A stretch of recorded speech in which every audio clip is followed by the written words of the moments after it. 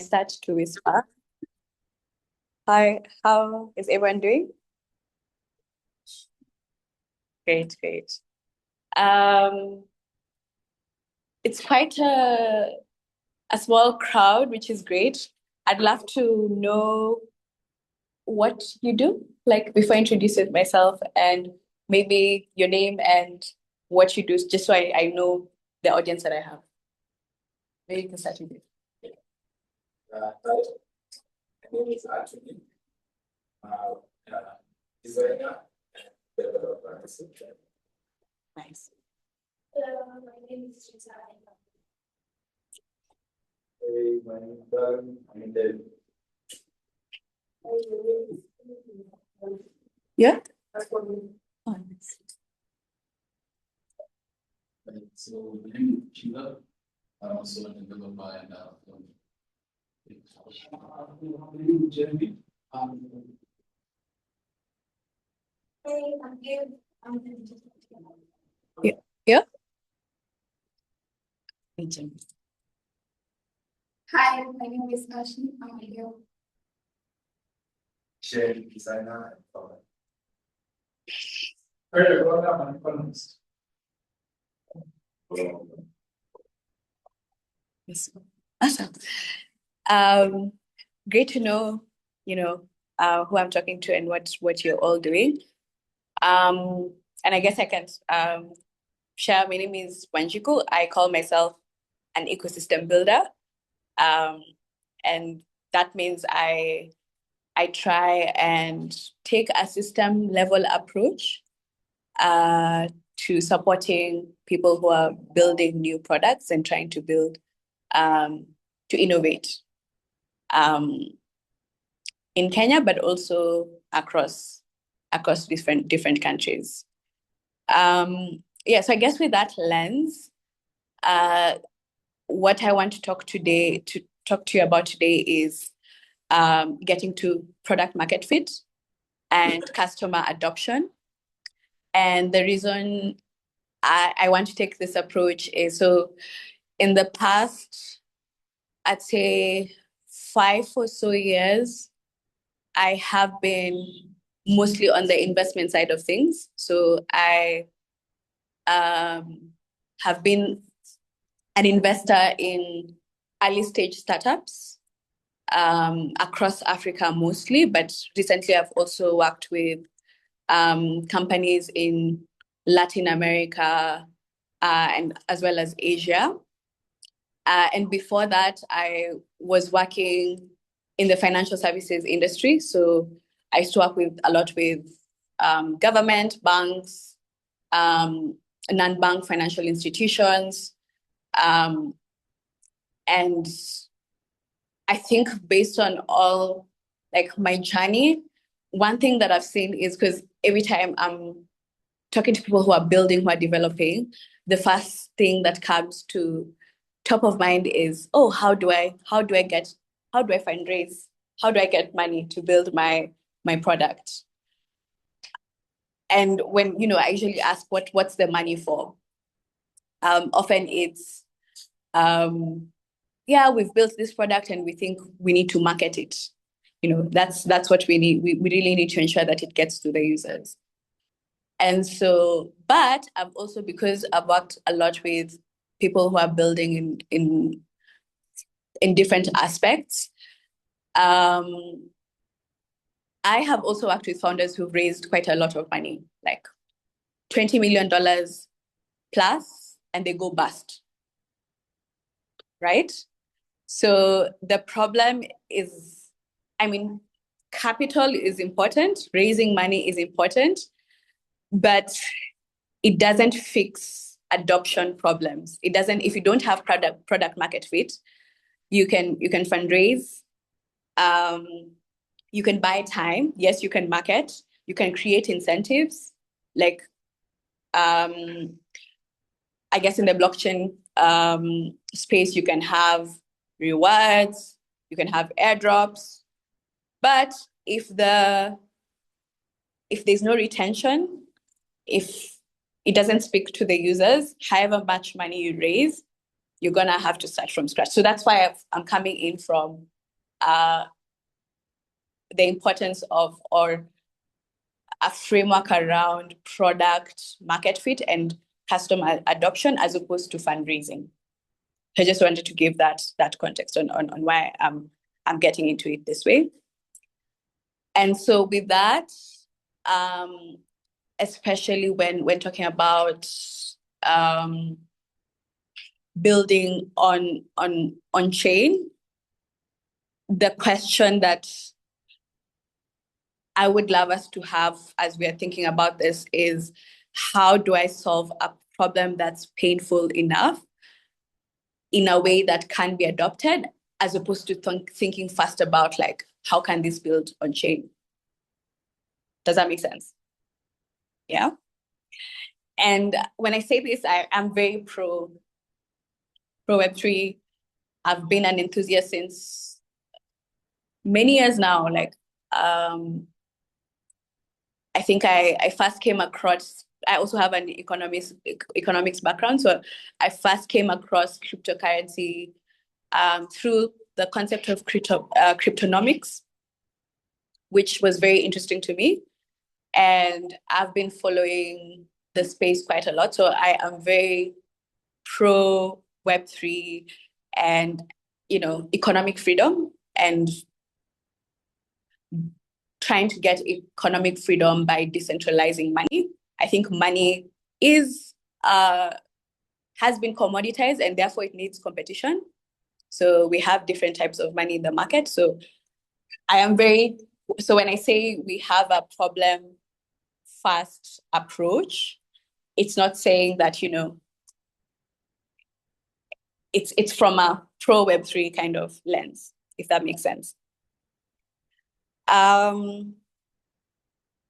Yeah, so I think with that, just setting that stage, I think when thinking about product market fit, I was actually talking to Ochi just now, and I kept on saying, like, this thing annoys me. And I think what I've seen, especially having worked with very, very many founders, I think I've worked with like 30 to 40 founders, hands-on portfolio. And the ones that I've seen like really make it are, there are either two motivations. It's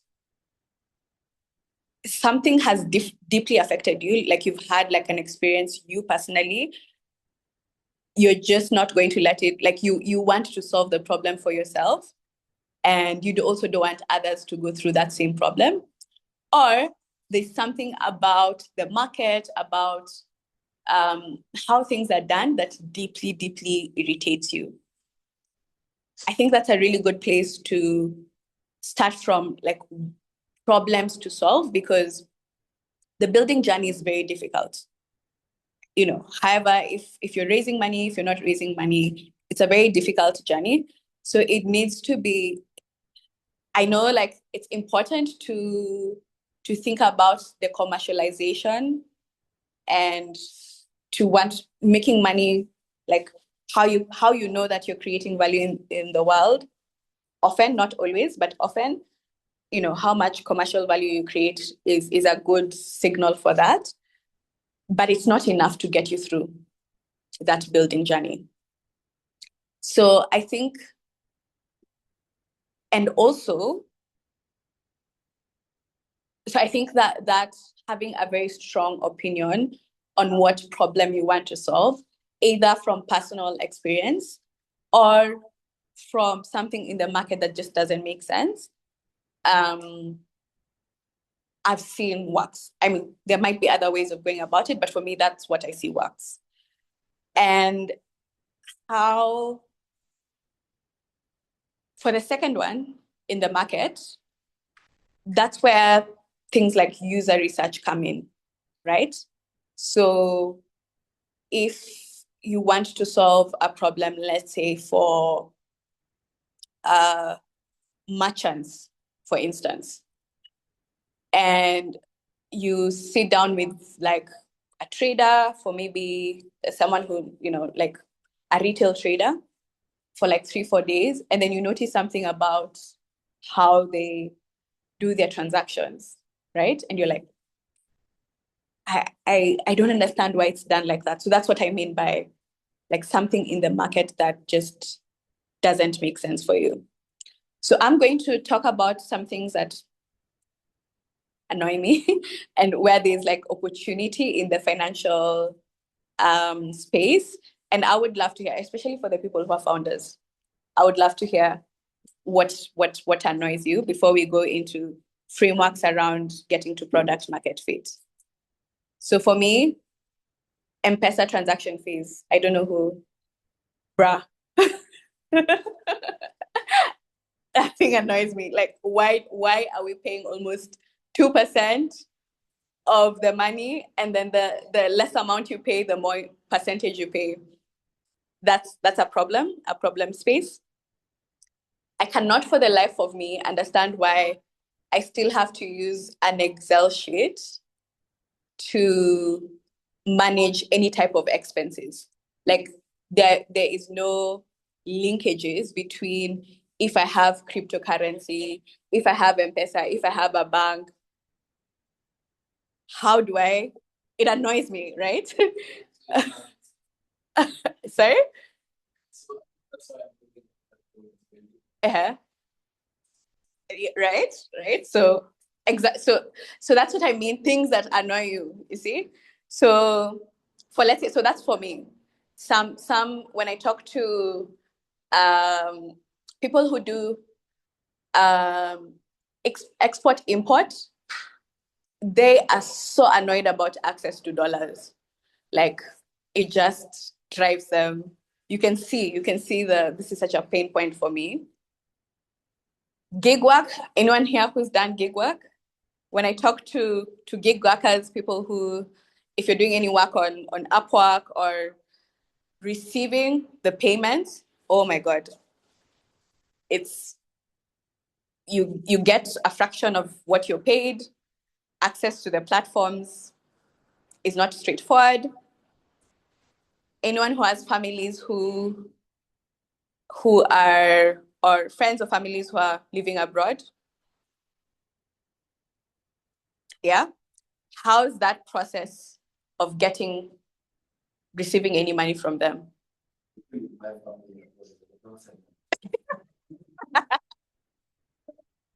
I love that. I love that. I love that. I love that. But you see what I'm saying? But like that's how, so instead, because what I see, the mistake I see a lot is starting from a place of imagination. It's amazing to have like, this is what I see the product could be, but that can be like a product map vision, but it's not where you start in terms of trying to get product market fit. Does that make sense? Anything that annoys any of you that I haven't mentioned? So I can use them also as examples, yeah. Yes, like being relative, like you get paid in little, for example. Uh-huh. Let's say you have like bills that normally they are recurring, right? So if you have like a bank, you can set up, let's say, a standing loan. Yeah, yeah. When you have a person, you can keep up.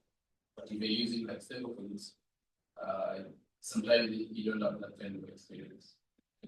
So that was just something I was facing myself, and I'm working on a solution for that. Nice. Awesome. Anyone else? You don't have to have a solution. I just want to hear the things that I love that you're solution oriented, which is great. But any other problem spaces that you've thought about? Yeah. So for me, I'm trying to solve for like systemic impact of safety.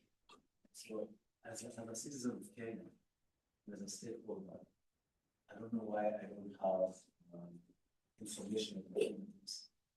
Because I'm expected to pay tax, so why can't I see the payment on the phone? When Ethereum is moving up and down, why can't I take part in decision making? So governance is a big issue for me. I mean, it's almost as if it is by design. Yeah. I like that. I like that. So For you, it's the governance. Governance is a big thing that you think about here. Yeah. Yeah. Okay. Okay. Well, I think this week I've seen a bill being developed every day that we have to improve, but most people in those sectors have no idea. So maybe like I don't know if it should be like an alert or something for that. Also, I love shopping for really good clothes, quality clothes. It's really hard to just find good clothes nowadays. Of course, Mtuma is there, but the quality is becoming a little issue. And store-bought clothes have the worst finishing, and the seams are so bad. Some clothes are lasting up to what, 1 year at most. So I want my clothes to last me 5, 6 years. Love it.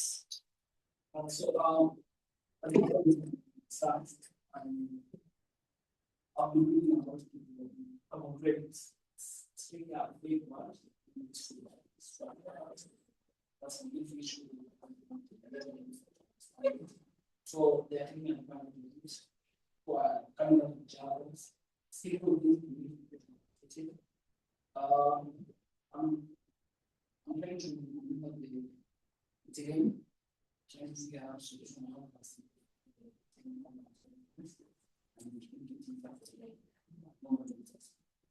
Extra bias and no extra bias trees and rocks and land, but because they have so basic units, people maintenance is uses people use I think that this one for normally is used to be basic place.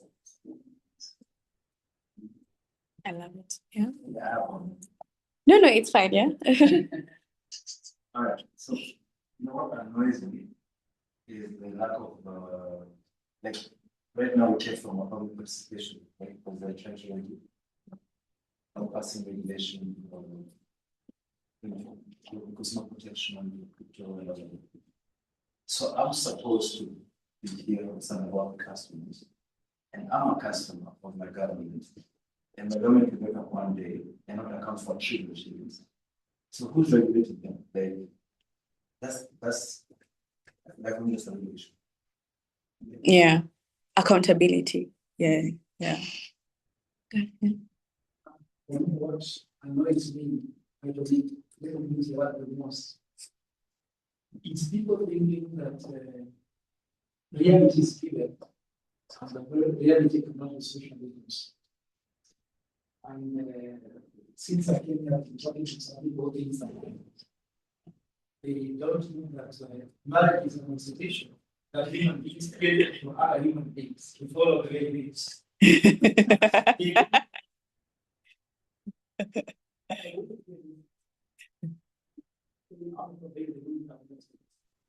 But when people away so many insensitive things, and I tell you, these people don't ask us for permission to do the wrong thing, but they want us to ask them for permission to do the right thing. And that's fair. Can you imagine someone doesn't ask you for permission to do the wrong thing against you, but they expect you to ask them for permission to do what actually is right, which is divided national law, moral law, spiritual law, and that's the same thing you're asking. Why should you? For me, I get so annoyed when people feel comfortable with that. I was never born to comply with that. And that's why I've not survived in places. I will be stagnant. I couldn't survive it. If you like to develop people and give me a plan of vision, and especially if this is young people, again, when people think that this, the way government is run came from heaven, the way technology is run came from heaven, I just believe we can create what we want. What do we want? And this conversation for me will be more comfortable than that. How should we do this? Who should we talk about? Should we talk to the session? Should we talk to the no? Don't bring regulations. because traffic came after traffic lights. No, traffic lights came after traffic. So let's make traffic fast. Then listen to the people who did traffic lights. Awesome. Awesome. Thanks for that. So yours is more philosophical on the what a noisy social constructs, if I was to summarize it. Okay. Awesome. So I guess when I really love the problem statements that you've had, and something that I've noticed which is very, very interesting is when I asked you for things that annoy you, you already had solutions in mind, which is amazing. Many people have many problems with few solutions, and I guess that's what makes you founders. That makes you high agency and being able to like build things. But I think sometimes that can be, sometimes like weaknesses come from like having a very strong strength. Does that make sense? And I think something that comes from having, so I think it's okay to have very strong opinions about what annoys you.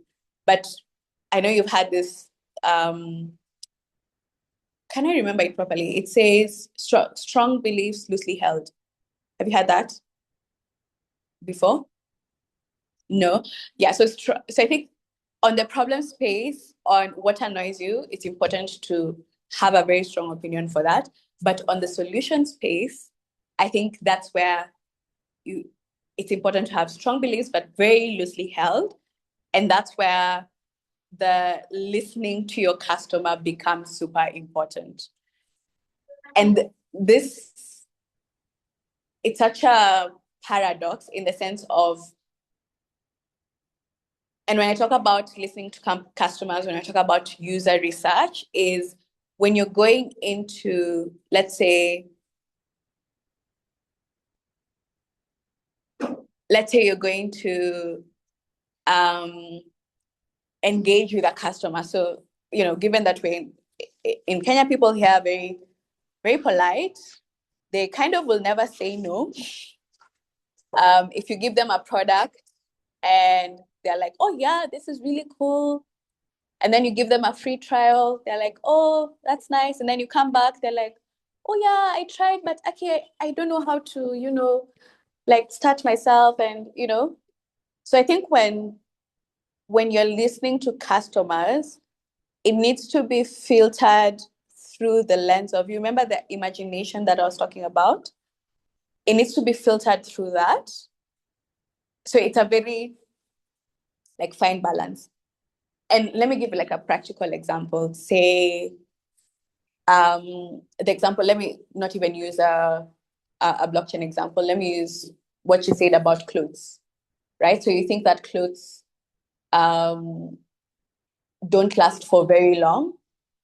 And then you go ask people, oh, would you buy something that can last you like 6-7 years, but like let's say at 60% more the price? And then they say yes.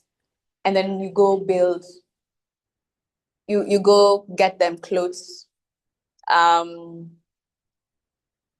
You go build exactly what they've told you. That's where the failure mode is. That's what I see failing a lot.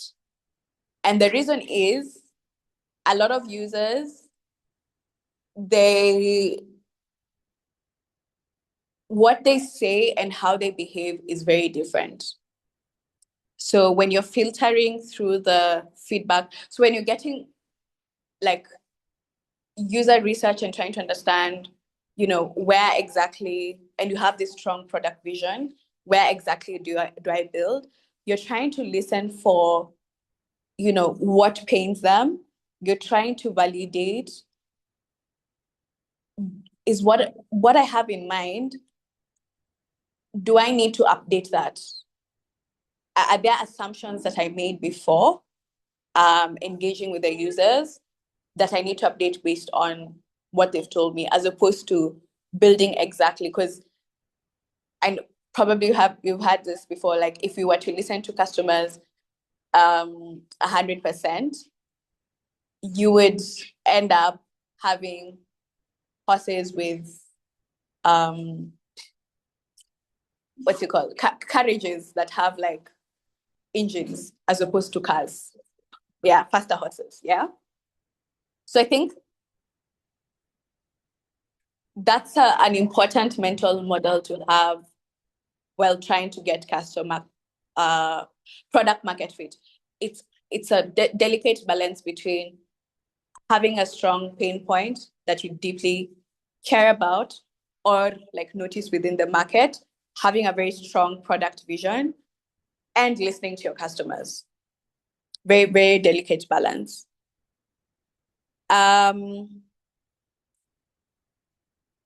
So how maybe you're already doing this in terms of trying to get towards product market fit. But sometimes I think the road to, especially when it comes to blockchain and what I've observed as an outsider, not as someone who's, you know, I'm not a dev myself. But I think what sometimes I've noticed is there's a lot of focus on the on-chain part first, as opposed to this is what it's solving. So if someone tells you, I hate having to record keep, you go to a merchant, they tell you, I hate having to record keep.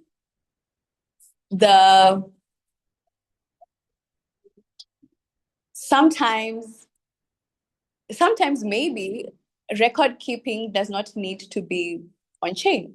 Maybe you just need to use give them something simple, have them observe their behavior so that you can have like the kind of observe like what do they do, how do they do it, and then solve the problem.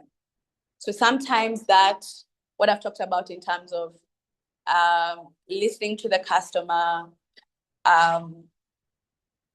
having the product vision and all that.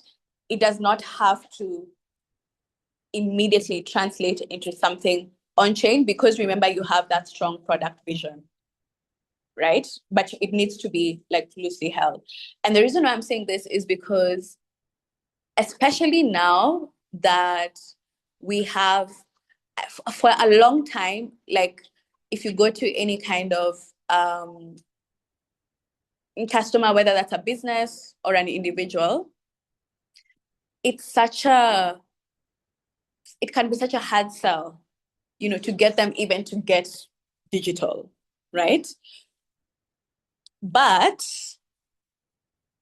right now we have a hype around AI, right? People, especially large institutions, they have such FOMO when it comes to AI. Sometimes it's just being like, okay, what if you build like an AI tool for this and this and this? You know, in your head, it's very simple. Like you can just like have a very an MVP that you can write code over like 1 or 2 weeks max, even 3 days sometimes. Have them use it, build some trust, get some user behavior, like watch their behavior as opposed to just listening to them, and then build with them in terms of something that's on chain. So that's why I say that it doesn't have to be. I think it's important to, when trying to build product market fit and getting towards customer adoption, it's important to identify what is the low hanging fruit for me to get to work with any kind of customer, individual or business, in a way that's scrappy, and then we will figure out how to build this on chain, right? So I think that's a model I think that can be helpful. I remember I was in a show or something. This week. So that this guy is shortlisted like a startup. And the service, I don't know what it was, but offering some service. Then they have some very good ones. Turns out, they've been more than one funding. Yeah, I know the one you're talking about. Yeah, yeah. The AI, yeah. It's Kenyans, okay. Because I know the Indian one where they had like workers. Yeah, yeah.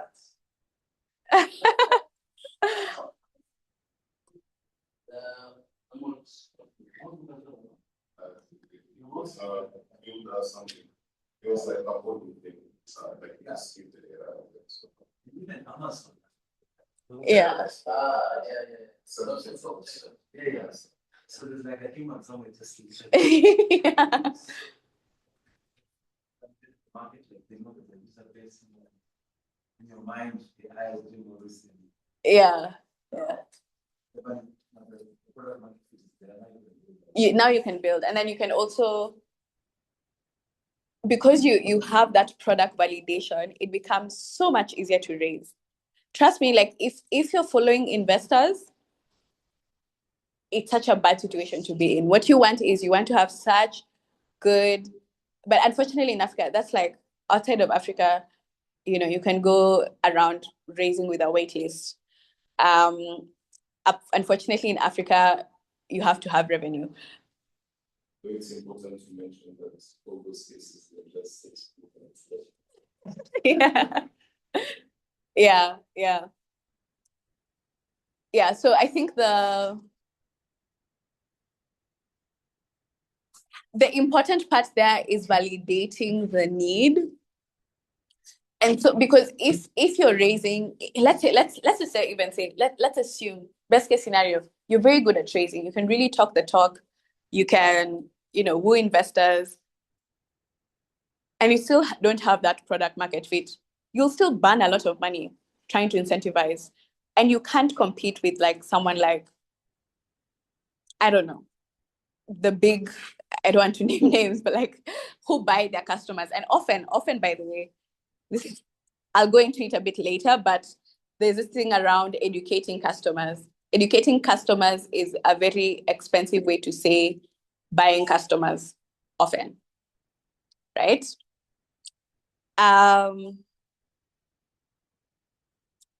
Anyway, let me stop there and just I love that I have thoughts from the room already, but any other thoughts from the room just before I go into what you're building? And then I have some, and then I have some problem spaces in my mind, just having worked in the financial sector that I can share with you.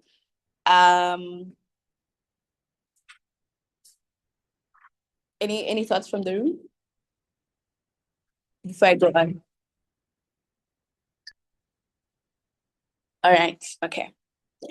Awesome.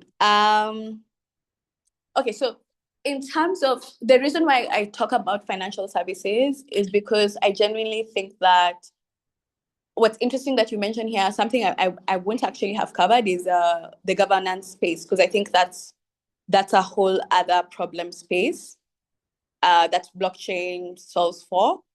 I guess with starting off with DAOs, and there's a lot of research. I think I wouldn't call myself like a governance expert. So what I'll talk about, it's not a exhaustive problem space. I'm going to focus on financial services because, as I mentioned earlier, I do really believe in the Web3 space, and the idea behind economic freedom.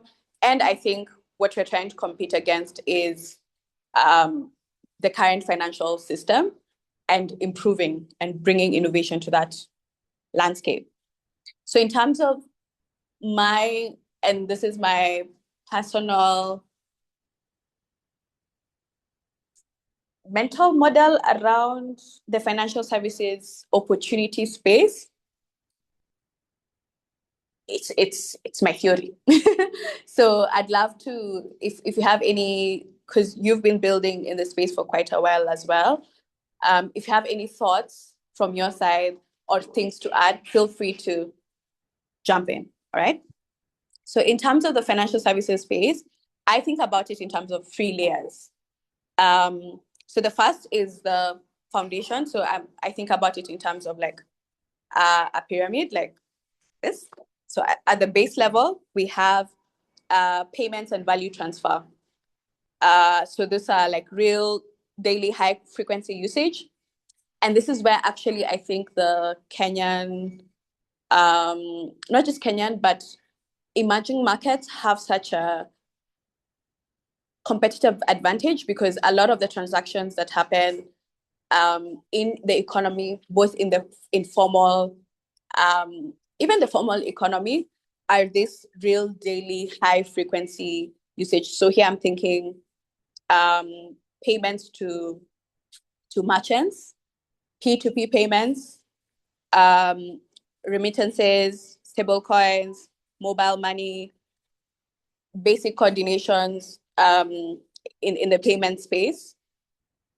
And I actually think that there is, because of how, okay, so I'm saying this knowing very well that there are already innovations from like protocols where they're trying to solve for like micro payments, right? But remember, in the US, in Europe, they have like ETF, right? They have bank-to-bank transfer is so fast for them. So it's not a big pain point. Like no one goes, oh my God, I'm so annoyed by, the amount of money I have to pay when I'm paying for coffee. Because when someone swipes a card in the US, they don't pay for it.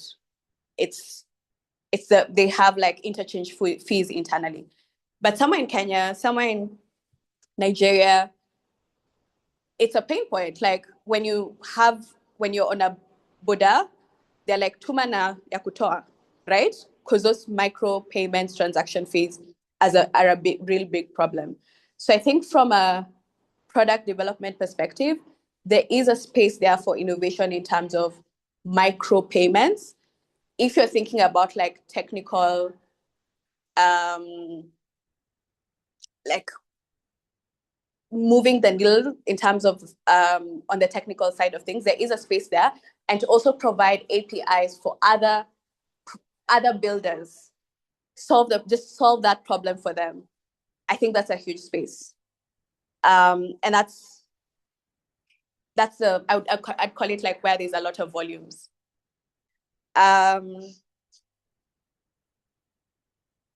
Any thoughts there? Anyone building on that space?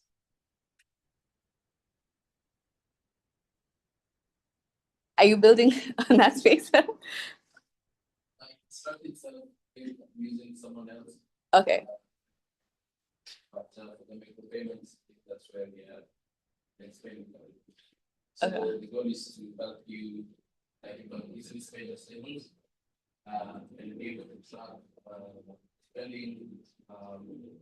Also, the same app, be able to use this to also like monitor your savings in the protocols, invest as well into like assets and stocks. At the same time, do like recurring payments, and also like speaker expensive payments as well. Another app that is to be like manageable, very easy to use user experience. Yeah, so pretty much that's what I'm looking forward to spending. Okay, nice. So I think that touches on both. So that's on the what I'd call very high value, not high value, high volume micro payments is a big space there. And on the commercial side, where the opportunity is it's you have very low, I I guess, fees that you're taking, I guess, on the commercialization side of things. So you need numbers. You need a lot of numbers. And that's where, so I'll talk a bit about like customer versus institutional adoption and what that looks like a bit later. But I'm just talking about now product market fit and the problem spaces to get into. So that's the first layer. So on the second layer, you know, big, wide base, small, smaller fees that you're taking. So, and then on the second layer, you have financial growth and the asset layer, which is what I guess you're talking about in terms of savings and investment tools, diaspora investment flows, wealth preservation, and that is especially important to places where you have like high inflation. I know Kenya, we have like moderate, it's not like crazy where you're not sure what the price of sugar is going to be the next day. It's going to rise, but you're not gonna be like, oh my God, it's now 1,000 shillings and yesterday it was 100 bob. But I guess there is a space for that. And then there's expense tracking, which you've talked about. And then there's a credit layer. So this space, I would call it, there's a higher willingness to pay. So because you're giving people margins to money that already exists. So the first layer, it's about money moving, money getting a place to get like as a transactions, right? From the second layer for me, it's around growing the money, right? So, and that's where you get money through the margins. And so there is a higher willingness to pay because it's money already sitting. And this is where like problem spaces that you've talked about, such as expense management, makes a lot of sense. And also I think there's because, so you can imagine if like for him who's building like an expense tracker across like different, you have your crypto, you have your M-Pesa, you have your bank, all of them are in the same place. It's so hard for someone to go to another user, to another platform, because they have, it's a stickier product, right? But on the other hand, it's such, there is the side of building the platform, but there is a lot of work that needs to be done in terms of actually getting the integrations across these different players. So I think that's the balance that you need to find between the value I'm creating, the margins I'm gonna get from building in this problem space versus the work that's going to take to actually integrate or, leverage existing players, because that means you need to revenue share if you're using APIs, if you're riding on someone else's platform. What's the balance you can get from the two? Yeah, and I guess the final one, I'm actually not going to talk about this because I think you are more well-versed in this space, is around the advanced financial instruments. So that's the DeFi abstraction, tokenized instruments, trading tools. I think there's a lot of innovation on that. So I think that both in Kenya, in Africa, and across. So I think the point here is, I think that's, I think for me, the top of this triangle that I've been talking, this, pyramid that I've been talking about. So I think, I guess the case that I'm making here is it will be great to have more innovation that cuts across, starting from where the volume is. It's okay to start in the middle, but again, that you need to balance out between the building that needs to happen. There is a lot of money to be made there, but you need to ride on a lot of existing platforms as well.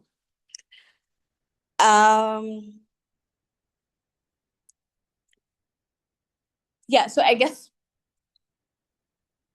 takeaway there also is that a lot of problems are infrastructure problems, especially given where we are right now with blockchain. It's infrastructure problems with very simple user infrastructure solutions with very simple user problems. I think that's where there's a lot of space for product market fit. Because you're bringing in that technical view, which is very, very important. If then you can be able to find that pain point that annoys you within this problem space, if the financial services space is a problem space that you're interested in, I think, yeah, that's a model that for me, I'd love to test out. So I think the next one is, and I've really tried to not touch too much on this before, so I can just have like a clear train of thought. So there's a difference between customer adoption and institutional adoption.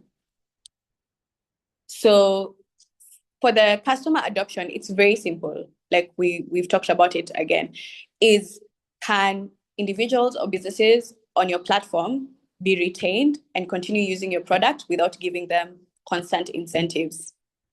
Simple, clear.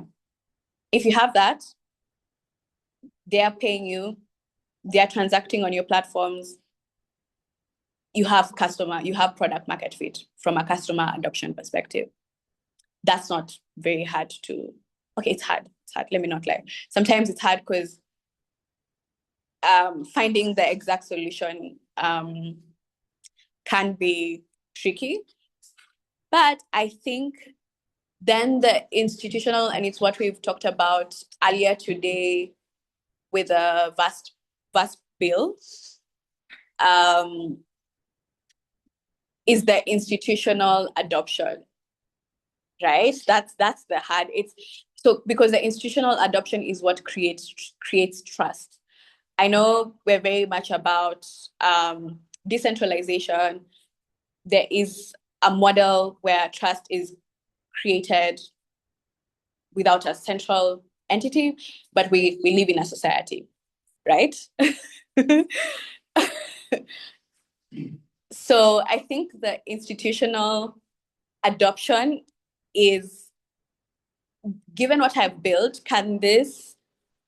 how can this fit within the constraints of regulations, procurement, compliance, partnerships, and operational realities? And those are very many words. What do I mean by this? I'm going to use your example again around, I have this expense tracker or this tracker that enables me to do the recurring bills, right? I probably need, let's say I need like the on-ramping to be able to, or let's say, okay, I'm receiving the money in crypto, right? So it's more about payments. So I probably need integration of some sort with like KPLC to pay electricity. Bruh. That is institutional adoption, because it's not a technology problem. You would think it's more about can they just give me access to, you know, their platform? I just need to connect, just give me the API keys, you know? But no, it's a social problem, because someone is thinking, someone within like KPLC, let's say you're dealing with their tech person, maybe they haven't built that. They haven't built what you want, right? And then when you come and ask for it, they think that you're saying that they're not doing their job well, right? That's what so I think when you're engaging and often you find that in trying to engage with institutions, the slow adoption often comes from misaligned incentives. So people have either their personal or their institutional interests, or ego, often, like it or not. Yeah. So I think this is where it's super important to understand, even in partnerships, because maybe you're like, okay, it doesn't make sense for me to pay out to or directly integrate with KPLC. Let me get an API to maybe a fintech that has already solved that problem, right? Maybe that's a solution that you go for. So, and then when you partner with them, it's, oh, you're building this solution, and then what's the revenue split? How do I not know that you're going to also watch what I'm doing and then build your own thing and go away with it, So it's when trying to solve for this institutional adoption, a lot of it is people work. A lot of it is trying to understand, how do I create a solution, or how do I position? Sometimes you've done the solution properly, but how do I position this in a way that it's a win-win for both of us, and making it clear? And also for you, how do you, because sometimes it's really hard to understand what the incentives are, because the reason why centralized institutions are centralized is there's hidden information, there are hidden incentives. So how do you create a way of work where you're able to, as quickly as possible, figure out what the incentives are and build around that? So I think that's the toughest one. And that can be applied to when you're talking about regulation. The example I've talked about, just apply it in regulation, thinking about, in this bill, who is scared, about their money, who wants to protect what they have, who is scared of innovation, who is very excited about this, but it's just that they don't know, how to go about it. Maybe we can partner with them, right? So I think it's figuring out, when you're talking about regulation, when you're talking about procurement, compliance, it's a bit different. I think compliance, it's more about innovation there, but also, I guess, before compliance comes in, there is a regulation that needs to be done. And of course, partnerships. I think partnerships are a very, very big part of what makes things work, because we are trying to solve for system problems. So yeah, if you're trying to serve that gig worker who is, and that's that's why I call myself an ecosystem builder, because when supporting founders or people who are developing products in our market, you're not just building your product where you're trying to serve that gig worker who's trying to do recurring payments with a crypto that they've received. You're also trying to solve for market problems, infrastructure problems, trust problems. Yeah, so it just that's something to be mindful of.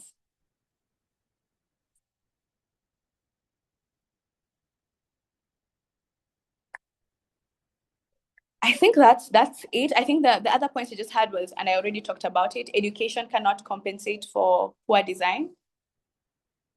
Education, for me, when I talked about customer incentives, if you keep on needing to educate your customers, it's so expensive to educate. So if you find yourself saying, okay, we need to educate your customers, that is, you need to create incentives for your customer. So you haven't gotten to product market fit. Yeah, and I think I've talked about user research. I guess, any questions? You mean like getting users on how to use the product? Yes. Yes. So if you feel like you need to educate a user, so if you feel like, okay, for example, if you build a product and then you need like a 20-minute explainer video, that's expensive. You know why that's expensive? 20 minutes of your time, right? 20 minutes of your time. And then we know that many users don't, or at least they have a 30-second span, attention span. So they'll watch and then they'll call you asking, hey, more of your time that you could be using solving problems on your platform.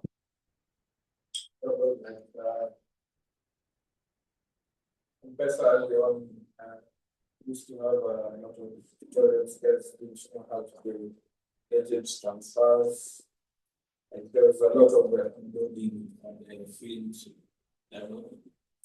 So I guess that's where partnerships comes in, right? Because M-Pesa was using you can't use M-Pesa as an example here because M-Pesa, remember, they had a telecom network. So they already had like a network of, they already had an asset. So it was being subsidized by their agents. They already had like agents talking. So when they're doing all this customer education, they weren't using their M-Pesa balance sheets to educate. They're using their telecom. Yeah.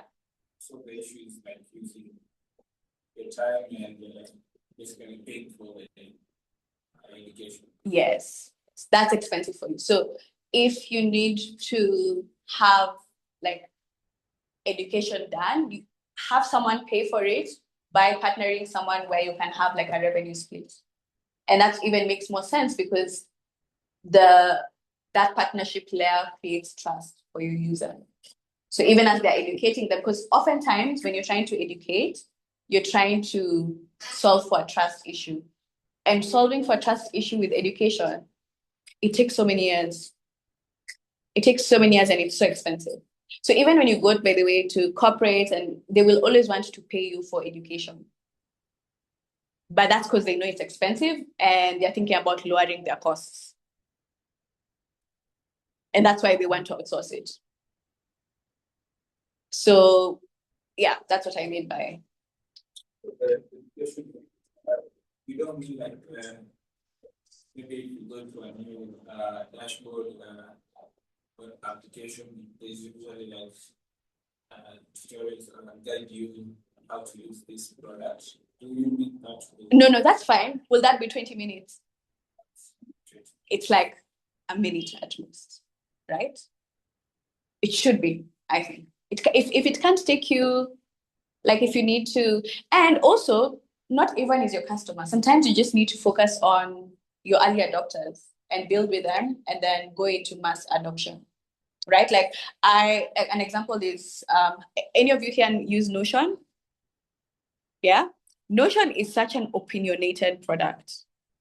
Like I'm an early adopter. I still have the pricing for like 6 years ago. Like I'm a very, very early adopter of Notion.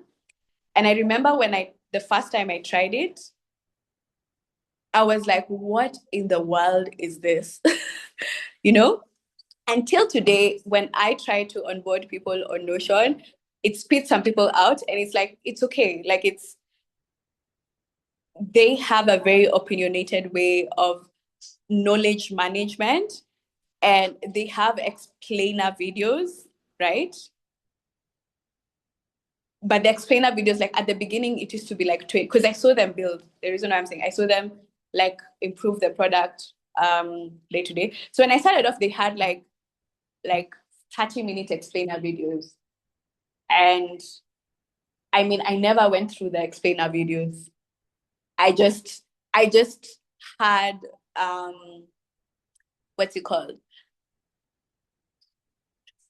I took time to understand that I was an early adopter in the sense, like I was an early adopter, and through having us, and then I think they were still burning a lot of money, what. And they were incentivizing us, by the way, then. They were giving us a lot of free, that's why they still give us the Kitambo pricing. But when they got to product market fit, now you just have a wiki, right? And if you can't use the wiki, it's not your product.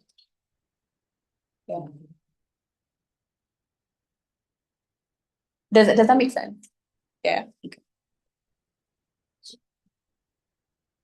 Any questions?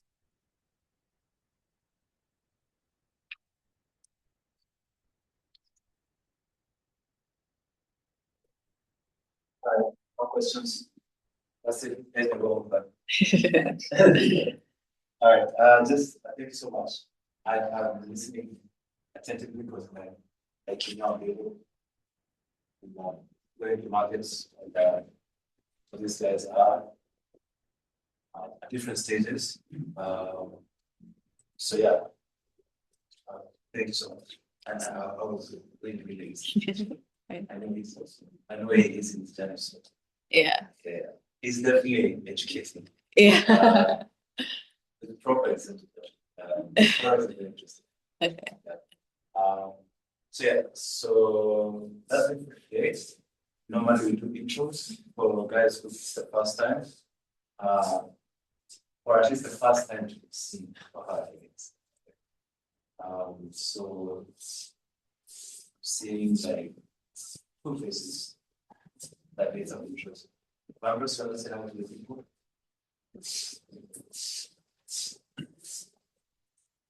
Hi guys. Ben Joss from Calico. Well, and this normally takes less than a minute. Oh, yeah.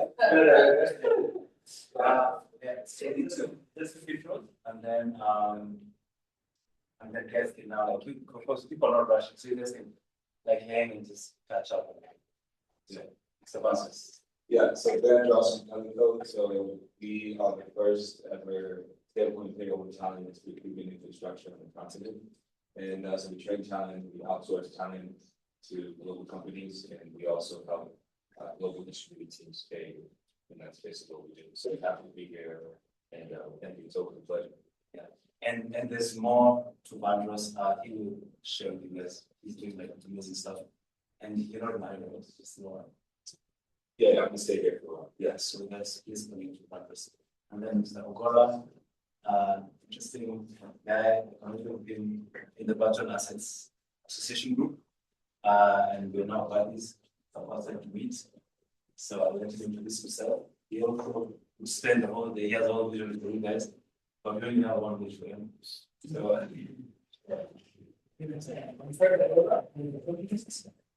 I was a former professor at Stanford, where I was professor for 15 years. I was the academic director of the program, but I don't work for anybody these days. I just work for myself, and I would just say that I welcome you to Catholic University of 29 and 30th of this month, where I'm hosting the Africa Digital Asset Summit.